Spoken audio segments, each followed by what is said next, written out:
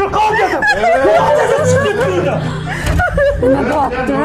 Aka yo'qolsa ketsin. Aka o'zing. Aka yo'qoladi, kelin tinchlikmi? U kez boshqa xotin topmaganlar. O'sha uchun uyda har kuni jonga urgan mani. Voy, hali shunaqami? Menga qara. Agar shu gap rost bo'lsa, hisobini berasan, eshitdingmi? Ya aka, bu gapchi rost bo'lgan taqdirda men bu iflos bilan yashamayman. Yo'qoldim senga. Kim o'zingiz Yo'qol! gaplasham? Yo'q, bo'ldi, ajrashib Seni qaraganda. Menga qara, oradan qancha vaqt o'tib ketdi. Uka, bolangni sog'inmadingmi? Aka, qo'ying shularni menga eslatmang. Yo'q, qanaqa eslatmayman, u seni farzanding. Aka, mana shunaqa asabim buzildi. Xullas, ana u iflos keliniz alimentiga yozib yuboribdi mana, aliment to'laysan degan. Menga qara, shu paytgacha sen hali pul berib yurmaganmiding? Shular hali ko'chada qolib yuribdimi pulsiz?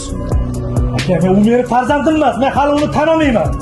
Hali bor-ku, men 10 millionga zo'r advokat topib qo'ydim. Hali ko'rsatib qo'yaman men ularga. Advokatga 10 million bersan, xo'p mayli. 10 millionni farzandingga bersang bo'lmaydimi, boribdimi? Bermayman pul bermayman. Agar men pul bersam, bolamga beradigan bo'lsam, ana shallaq xotinim o'zi yeb oladi pulini. Aka, meni hayotim sizga dars bo'lmaganmi? Ana kuyovingizni qarang, to'g'ri hamma narsamni qilib berasizlar, lekin meni farzandlarimga kerakli narsalarni etishga sizlardan hijolat bo'laman. Ana kuyovingizni qarang, u ham pastkashlik qilib, arzimagan pul uchun ishga kiryapti. Men ham xuddi shunaqa qilaman.